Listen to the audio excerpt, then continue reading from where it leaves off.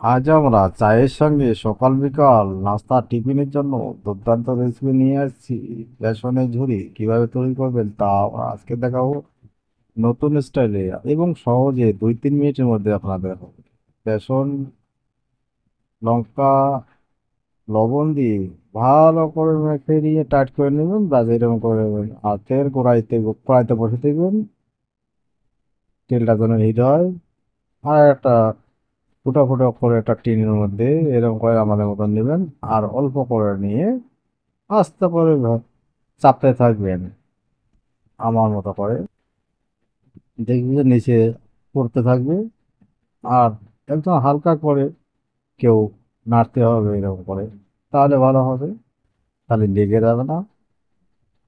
আমরা দোকানের জন্য বানাচ্ছি, তাই আর ভিডিওটা ধৈর্য সহকারে দেখুন। এখনো যারা আমার চ্যানেলটিকে সাবস্ক্রাইব করেনি অবশ্যই চ্যানেলটিকে সাবস্ক্রাইব করে নেবেন। আমি প্রীতম, ডায়মন্ড কুকিং এ আপনাদের সকলকে স্বাগত। বন্ধুরা দেখেন, এরকম করে আপনারা ভেজে নেবেন এবং উল্টে পাল্টে দেবেন।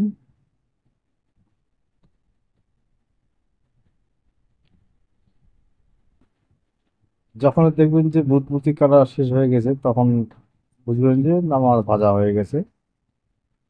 তাহলে একটা বুদবুদি আসে, আর 2-4 বার উল্টা পাল্টা করে দিবেন। দেখুন আমার বুদবুদি কমে গেছে। এখন আমরা এরকম করে ওঠাবো, দেখে নিয়েছি যে ভাজা হয়েছে কিনা আছে। ব্যাস আমাদের ভাজা হয়ে গেছে, আমরা ওঠা নিব।